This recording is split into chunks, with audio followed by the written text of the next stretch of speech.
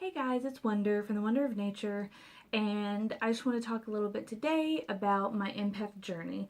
I do get questions on the, like the Witch Haven server and with people, on Tumblr and things like that about my empath abilities and, my journey with it and things like that. So I just wanted to do a little video and kind of go over what it's been like being an empath, my journey in discovering I was an empath, and things like that. There are some things, of course, I'm not going to go into detail about because it can be kind of personal.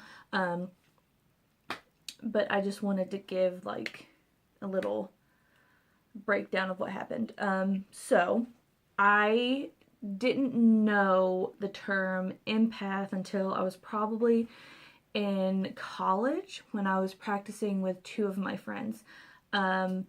But once I learned the term, I realized I was like, this is what's been happening my whole life. So let's start at the beginning. Whenever I was younger, I always knew or I noticed that I always felt things way more deeply than everyone around me. I realized that situations and things like that, they had an impact on me that went a lot further than what everyone around me was experiencing. And I never knew why, and I started to ask, my family and things like that, and they would brush me off. They couldn't really explain it, and they said, I was just being sensitive and I just needed to, pretty much like toughen up, I guess, because I was feeling things so deeply that all I needed to do was just toughen up and then it wouldn't happen anymore. But it kept happening and I was really, really confused. And one thing about my family is that, so all of the women, it seems like, not a lot of the men, but talk about it. But it seems like the women in the family, they do have gifts and they do have abilities. Like my grandmother, she had dreams, but prophetic dreams. My mom, she had prophetic dreams. My great grandma, she could read regular playing cards and like coffee grounds and things like that. So people in my family have these gifts and these abilities, but they were never looked at as like a like witchy, new age, pagan-y thing, right? It was never talked about in that like manner. So when anything new or like witchy was brought up, I was always just like shut down. Which granted at the time I didn't like refer to it as like witchy or but so every time I talked about it, I was kind of just like shut down. They didn't really want to talk about it, or they didn't understand it themselves, so they didn't really know how to talk to me about it.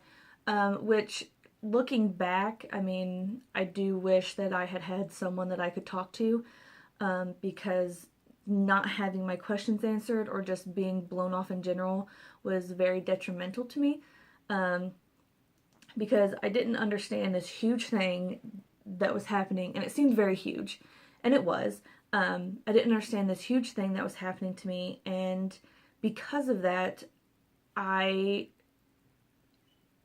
basically was like, well, no one understands it. I don't understand it. I don't want to deal with it. I don't want it anymore. I don't want any a part of it. And so I basically just like shut myself off.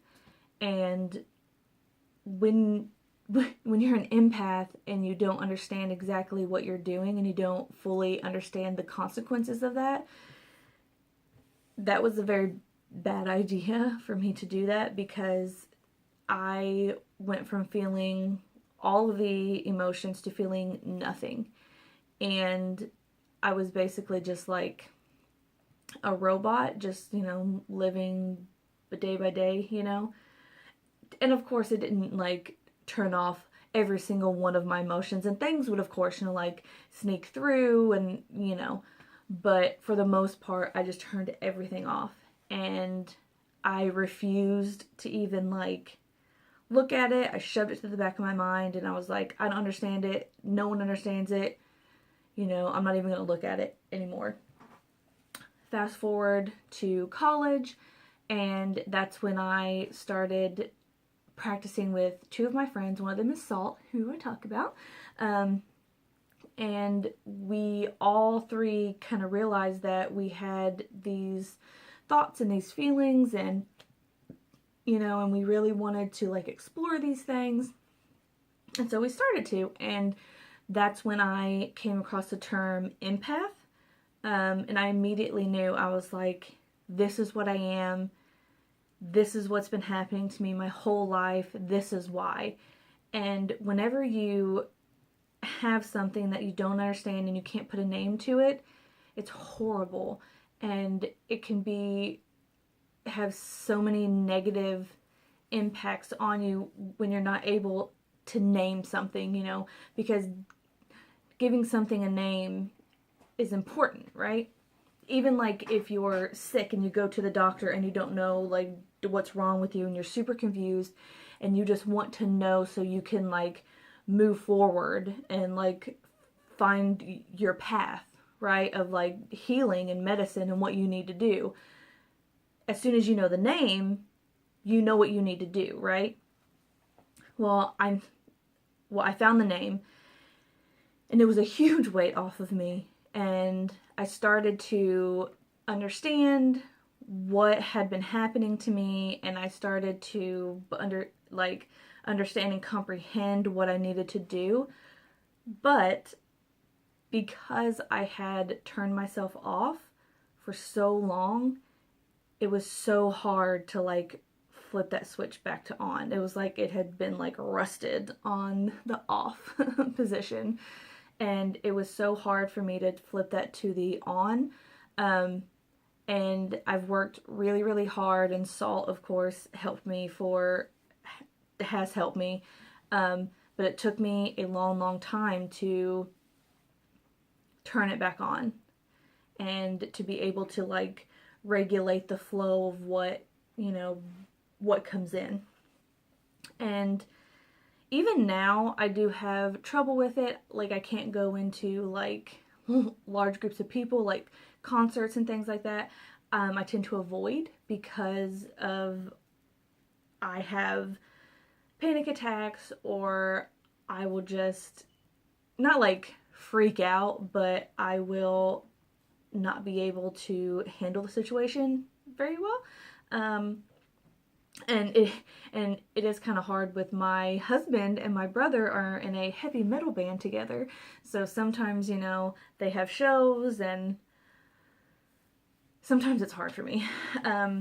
But I've come to the point where, you know, and it took me a while to get here, and I've been at this point for, you know, like quite a few years now, but getting to this point was hard. You know, like I've accepted that this is how I am. It makes me a unique and wonderful person. Does it present challenges to me? Yes. But it is what it is, and I am who I am, and this is just what happens, you know, on a day-to-day basis. And I do have people who ask me, like, how did you know? Like, when you read, like, Empath, how did you know that, you know, that's what you were? And what I tell people is, and I tell people this on the Witch Haven server as well, but whenever they ask, so say you're in like a group setting, right? And someone is telling a story, whether that's, you know, like an exciting story or scary, sad, whatever, you know, but the story is about like the main emotions or, you know, whatever. When people tell stories that involve themselves, they tend to like relive it, and they re-feel the emotions that happened in that moment. If you're listening to the story and you're feeling like to those emotions, other people who aren't empaths, when they hear a story, they can be sympathetic, and they can, you know, like in the moment be like, oh no, that, you know, that does sound like super scary, or, you know, oh my God, that's so sad, you know, what have you. But after the story is done and everyone leaves, they're able to just like go on with their lives, and they don't really think about it anymore. For Impasse, I knew for me, whenever the story was done and people would walk away, I would still feel those emotions. I would still be stuck. It was like I was stuck in the story. And I would be so confused as to why I was still just like dwelling on this story or this one emotion that they had projected to me. And it affected my day-to-day life.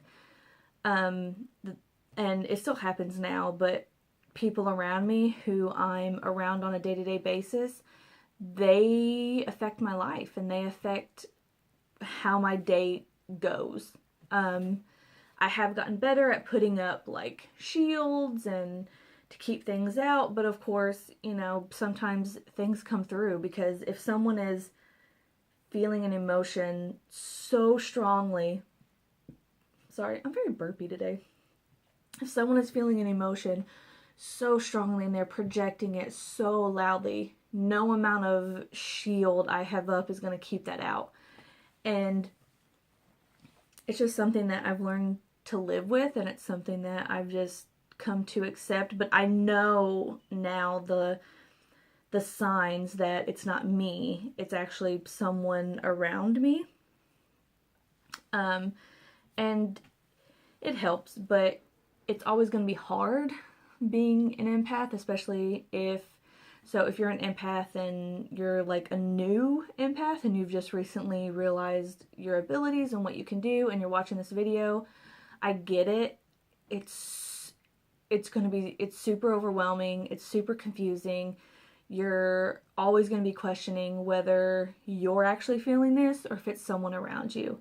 And over time, you will know little hints that it's not actually you feeling it. And sometimes when I'm feeling like a really intense emotion and I'm around other people, I sometimes will just like take like a mental step back and be like, okay, let's assess the situation. Is this me actually like feeling this? Is this a genuine like reaction for me? Or is there something else going on in this group that that someone else is feeling and that I'm just picking up on?